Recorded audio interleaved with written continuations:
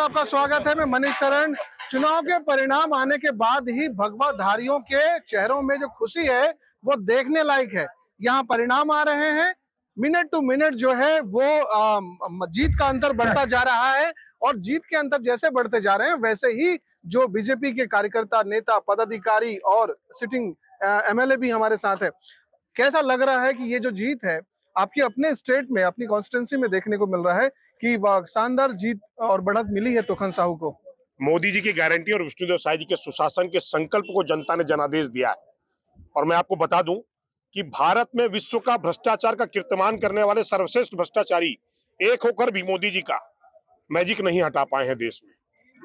लेकिन मोदी जी को जितना 400 पार का सीट मिलना चाहिए था वो नहीं मिल रहा, क्या कारण होगा? अभी प्रयास जारी है, उसमें अभी पिक्चर बाकी है। अभी।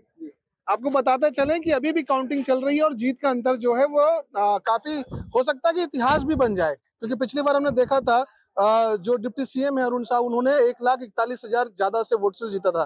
क्या लग रहा है तोखन साहू इस बार रिकॉर्ड तोड़ देंगे? थोड़ा वेट कीजिए, अंतर अपने आप पता चल जाएगा आपको निर्वाचन आयोग की वेबसाइट पर लेकिन आपको मैं संकल्पित ज्ञापित कर दूं कि बिलासपुर की जनता ने पुनः 1994 से लगातार भारतीय जनता पार्टी के प्रत्याशी को और कमल निशान पर अपनी प्रतिबद्धता जताई है। आज बिलासपुर की जनता को, बेलतरा की जनता को दिल के हृदय के अंतहीन गहराइयों से धन्यवाद। क्या ये नेताजी की बात समझ में आ रही है? यही सही बात है क्या ये? हाँ, सही बात है।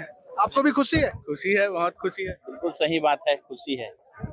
तो ये जो बाजे गाजे और बाकी तमाम चीजें हैं, इसका मतलब ये है कि अब सुशासन भी आएगा और सब चारों तरफ विकास भी होगा। जी जी बिल्कुल, वो तो दिख रहा है जी।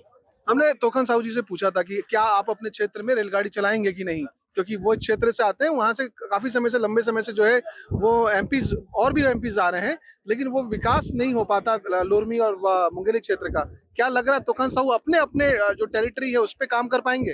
बिल्कुल कर पाएंगे, बिल्कुल होगा काम। अगर नहीं किया तो कि नेताजी को फिर बताएंगे कि नहीं कर रहे हैं आप? नहीं, अभी वो आगे है, अब कैसे बोल देंगे भाई अब नहीं होगा करके। 5 साल आपके पास समय है, बिल्कुल होगा। पिछले वाले एमपीज ने तो नहीं किया? नहीं, प्रयास जारी था और इस बार उसको साकार करेंगे। ये काफी महत्वपूर्ण सवाल है। जब आप एक क्षेत्र से आते हैं, क्षेत्र विशेष से आते हैं, तब आपकी अपेक्षाएं बढ़ जाती हैं। जो लोरमी मुंगेली क्षेत्र है वो एक्चुअली में एटीआर का काफी सारा एरिया आता है। कोई भी विकास कार्य करने के लिए काफी सारे काउंटर होते हैं जिसपे काम करने की दरकार होती है और तब जाके विकास होता है। इसीलिए बाधित है क्या वहाँ का? मेरे पहले के साथी साहब ने पूछा कि विकास पूर्व एमपी नहीं कर पाए। मैं आपसे पूछना चाहता हूँ क्या उन्होंने नहीं किया? सुपर स्पेशलिटी अस्पताल की सौगात केंद्र सरकार ने, मोदी जी ने दी और पूर्व विधायक बिलासपुर उसका श्रेय लेते, होर्डिंग छपवाते थे और पूरे 5 साल के कार्यकाल में कीटा नहीं रख पाने वाले लोग छाती ठोकते रहे 5 साल। और आज हम हमारे सांसद से पूछते हैं। मैं आपसे पूछना चाहता हूं, सुरक्षा मापदंड, तकनीकी मापदंड और विमानन संचालन के मूल मुख्य मापदंडों को दरकिनार करके बिलासपुर की मान्यता को मोदी जी ने मान्यता दी, आस्था को मान्यता दी, आंदोलन को मान्यता दी और हवाई सेवा चालू हुई। उसका श्रेय माननीय अरुण साहू को हम तो जो एमपी रेलवे के जो विकास कार्य हैं, तीसरी लाइन और चौथी लाइन के विकास चल रही है, उसको क्या अरुण साहू जी को मान्यता नहीं जाती क्या?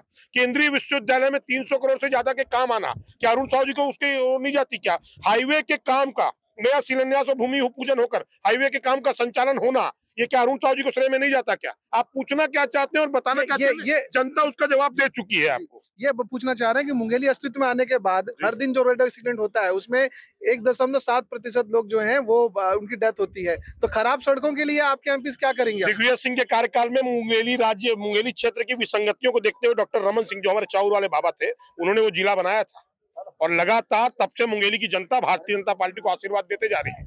जनता का जनादेश आपके प्रश्न पर भारी है, मैं स्पष्ट कर दूं आपको। फिर पीडीएस घोटाला हुआ जिसमें वहीं के मंत्री जो है वो थे और उनका नाम तक नहीं आया कि बड़े घोटाले में से एक था, और आप पुन्नूलाल मोहल्ले का नाम नहीं पीडीएस की घोटाले की बात जो कर रहे हैं, पूर्ववर्ती सरकार ने उस दोषी अधिकारी को अपना दामाद बना के रखा था 5 साल, उनसे भी प्रश्न पूछ लें। तो ये थे बीजेपी के लोग जिन्होंने बेबाकी से जवाब दिया। इस बात से इनकार नहीं किया जा सकता कि जो बीजेपी के कथनी और करनी में जो फर्क होना चाहिए वो साल दर साल कम होता जा रहा है। लेकिन अभी भी बीजेपी से सवाल पूछे जा सकते हैं, एमपी से सवाल पूछे जा सकते हैं और उनके सांसदों को जो है जवाब देना ही होगा। कैमरा पर्सन इम्तियाज के साथ मनीष शरण, छत्तीसगढ़ तक।